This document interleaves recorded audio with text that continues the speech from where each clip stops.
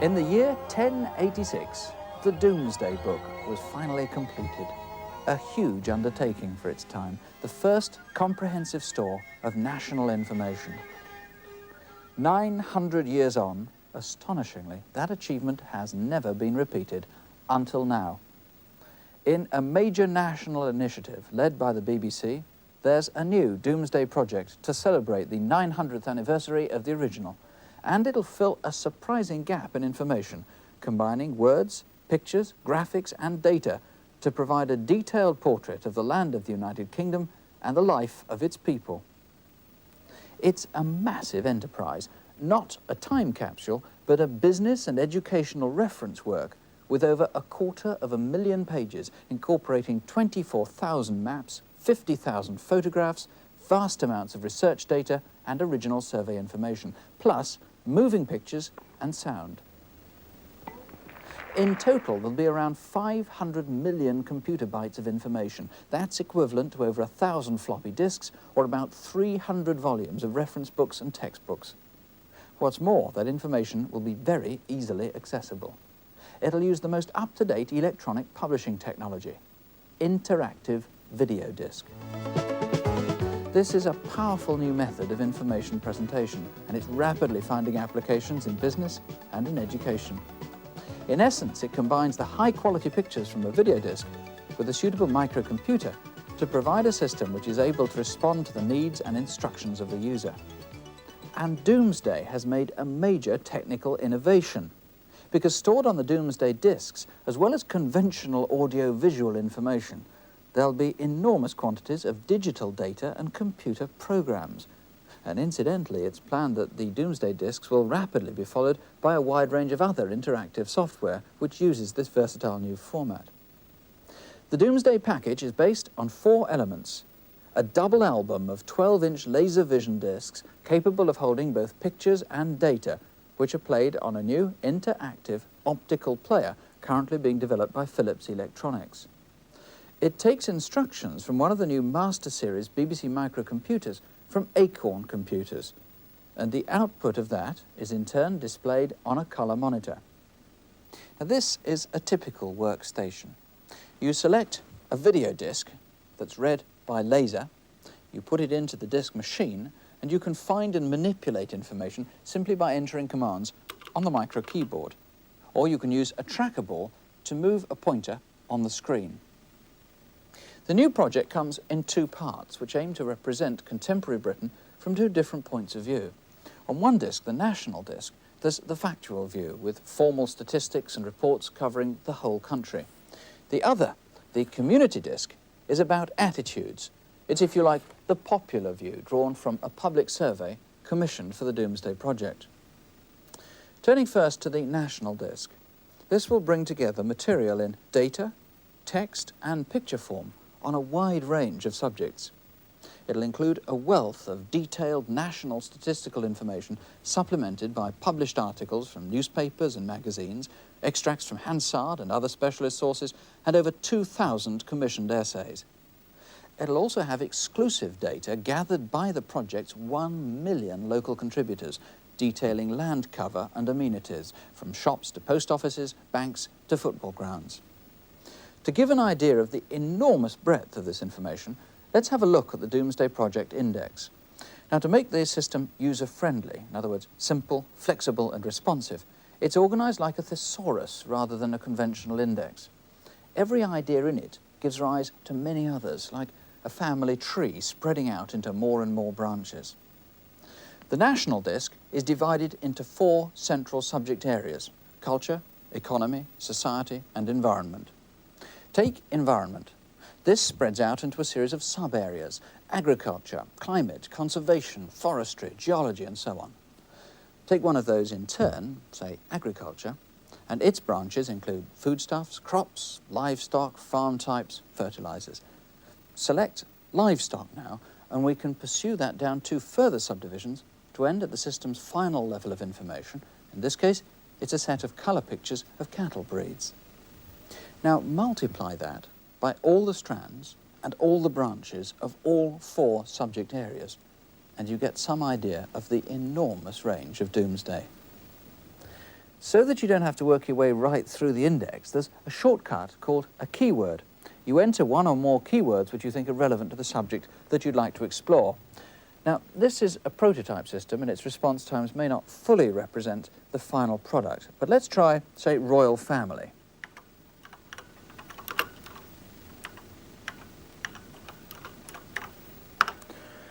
Now, the system returns with a long list of items that it holds on the subject, and supposing we now select item 2, royal wedding.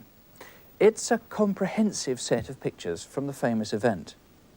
There are many picture sets on the disc, each containing up to 100 photographs, culled from picture libraries, famous photographers, specialist archives, and from a national photographic competition. Well, now let's take an example from sport and look at athletics. Suppose we select the London Marathon from 1985.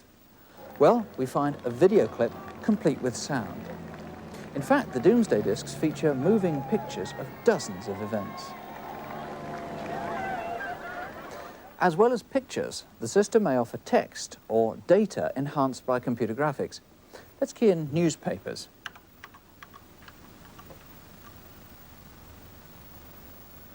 Now let's select option 8.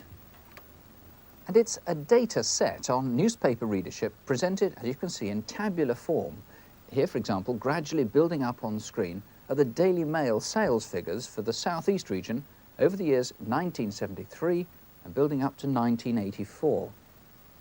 Now, of course, Domesday is interactive. That is, you can modify the display so that it gives you exactly what you want. So in this case, you could select data for other newspapers or for other regions. Now, here's the Daily Mail readership in 3 different regions for one specific year. In this case, it's 1983. And you can change the form of presentation too. In this case, we've moved it from a bar chart to a pie chart, in case that's what you prefer. And there's another very powerful feature. Many parts of the database can be displayed in map form. Suppose you want to examine population densities in Greater London. Well, first, the system displays a background map. Then the micro selects data from the 1981 population census. It turns it into graphics form and it overlays the map with a transparent, coloured representation of population density. The white squares here represent less than 50 people, and at the upper end, the blue represent over 12,000 people. Well, now the user can interact with the display. For instance, you can vary the colour, or if you want, you can alter the class intervals or the size of the squares. Or you can compare this display with another one, say housing, on the same background map. Here's the pattern of information presented in 1 kilometre squares. And you can even calculate a measure of statistical correlation between the 2 displays. This interaction between user and screen display is fundamental to the Domesday system. Graphs, charts, tables, they can all be drawn and redrawn. And to help you get the most out of the system, there'll also be comprehensive instructions at every stage. Now, in all, there'll be over 6,000 data sets on the national disk. The sources for this vast database have been selected with the guidance of an editorial board of professional researchers from major national bodies. The main results of the latest census are included, along with government reports such as the General Household Survey, the Family Expenditure Survey, extracts from social trends, and other statistical abstracts. And also playing a major part in the project are the National Data Archive at the University of Essex, along with the Centre for Urban and Regional Studies, the Institute of Terrestrial Ecology, and Birkbeck College. Now, the other Domesday disc, the community disc, is based on Ordnance Survey maps for the whole of the UK, plus, in what has been the most publicised aspect of the project, information and opinions compiled by schools and community groups throughout the country. 14,000 schools, that's almost half the primary and secondary schools in the United Kingdom, took part. They completed surveys of 3 by 4 kilometre sections under the supervision of 125 local authority coordinators. This has been a unique opportunity for schools to gain practical experience in collecting data. It's introduced many students to microcomputers in a national educational project, as well as improving their awareness of their local communities. With the community disc loaded, The system first displays a map of the whole of the United Kingdom. Now you can control it by using a tracker ball which moves the pointer over the screen to indicate the area that you're interested in. Now let's say you wanted to look at southern Britain. Well, now the system throws up a larger scale map, and then you can choose again, say Cornwall, and go even further to a scale of 1 to 50,000, and that's the metric version of the old 1 inch to the 1 mile maps. Well, now it's possible to move in any direction, in effect, to walk across the map, travelling the whole country. If you want to know more about a particular place, well, that's easy. Here, for example, is a village with an unusual name, Probus. If you want, you can see what it looks like. In fact, there are 3 photographs for most of the communities in the country. In addition, the survey teams have written about their areas. Here's the contents page, and in this case, you can select, for example, an essay on Probus Village, now and then. And these options, text, map or photo, are available at each scale or at each level. Now come out again to the general Cornwall map, and the picture is an aerial view. Zoom right out to the whole of the UK, and there now is a satellite photograph. In certain areas of special interest, even more detailed maps are available. For example, street maps of city centres. And a further zoom in reveals a floor plan of buildings or sites of interest. Also on the disc, there'll be the Ordnance Survey Gazetteer of over 250,000 place names. So instead of using the maps, you can find your way somewhere simply by typing in its name. And, as on the national disc, you can also explore a particular topic by entering keywords. Clearly, there are thousands of applications for the Domesday project, for libraries and research archives as a compact information source, for local government as an aid in planning, in education as an unprecedented curricular resource, and in business as an invaluable tool in desktop research and analysis. Or, of course, in general, it can simply be used for casual browsing. Take an example. Domesday contains substantial information about consumer consumption and markets.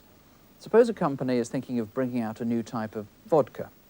The product manager might need quickly to find a test market where people don't currently drink the stuff very much. Well, here's the answer. A chart of the percentage of adults divided up by television areas who are heavy users of vodka. And Scotland, as you can see, comes out on top. Well, now you can interact with the display to find the percentage of light drinkers or those who don't drink vodka at all. And it turns out that it's Yorkshire where vodka drinking is least well established.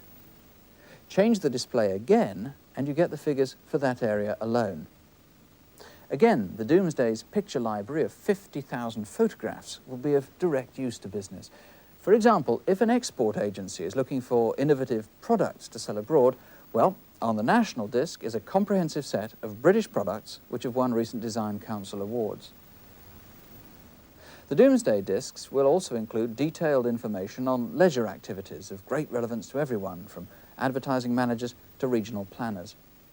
Here, for instance, is a bar chart showing how people in the English regions divide their time on a winter Saturday between participating in sports, watching sports, or do-it-yourself.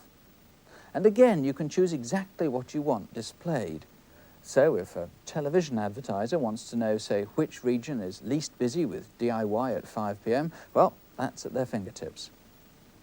Here's another data set, this time showing activities on a summer Sunday in the national regions. You'll be able to choose between over 30 different types of areas or regions by which to display the data on the discs. In this case, you can see the proportion of people participating in religion, watching TV, or eating and drinking throughout the day. Simply change a label on the screen, and it's easy to make rapid comparisons. Here's another example, perhaps for a company media buyer. The market share between 4 national newspapers graphically displayed year by year. And Domesday could also offer such data as readership profiles by age and social groupings. In education, the Domesday project offers an unprecedented curricular resource, especially in subjects like geography, economics, environmental studies, social studies, history and statistics, but there are many others. Now suppose a school is going on a field outing to look at farming. The teacher could select several communities in the area and ask pupils to research them from the discs. Then there's the land cover survey, students could work out in detail which of several different types of woodland and farmland cover the area that they're to visit. And on a more general level, all the national and regional statistics for agricultural production and for sales are in the Domesday project too. What's more, the discs have a fascinating feature. On the national disc are several surrogate journeys, contemporary environments, photographed from every possible angle and stored on the system. There are houses, a nature walk, a town centre and a farm. So before taking their field trip, pupils could have explored a farm inside the classroom. Now these walks are very extensive. This one features 2,000 photographs. The system tracks where the user is and allows him or her to move or to turn in any direction, right, left, backwards, forwards, and to view in close-up or from a distance.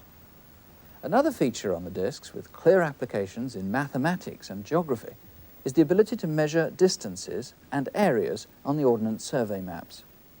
Each map has a scale bar in kilometres or in miles, whichever you prefer. With it, you can use the tracker ball to measure directly from the screen. If you want to see how far it is from St Austell to Falmouth, well, the answer is 27.15 kilometres as the crow flies. But you can also measure the distance by road. Let's take the A390. And that works out at 34.5 kilometres. What's more, there's measurement of areas. Now, this is an entertaining way of presenting what's often a difficult topic in the classroom. Just mark the corners and the answer comes back in square kilometres. Clearly, the Domesday project represents an extraordinarily versatile resource. It'll give rapid access to information that, though theoretically in the public domain, is in practice often difficult to get hold of. Domesday displays that information in a vivid way, and it's interactive, answering the questions you want to ask, not just those the compilers thought to ask on your behalf. It's an electronic exhibition of our time, an extraordinary desktop reference work for everyone who wants or needs to know about contemporary Britain. And along with its predecessor of 9 centuries ago, the Domesday project is a remarkable national achievement.